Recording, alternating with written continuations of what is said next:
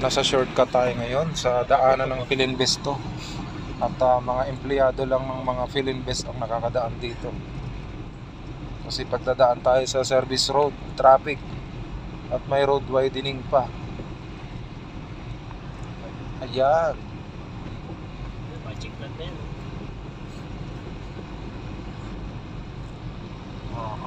Ayan ang ginagawa, oh, precast.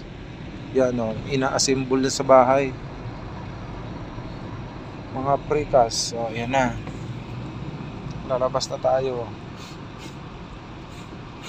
Naka-shortcut tayo ngayon. Ayan. Ayan na, Valle Dulce. So, papasok na tayo ngayon dito sa project ng Philinvest. Ayan. Ano to? Philinvest pa rin to? Oo, sabi sa'yo eh. Talagang pagka pumasok ka dito, puro Philinvest to. Oo, ayan oh, puro Philinvest yan oh. Pintura Real.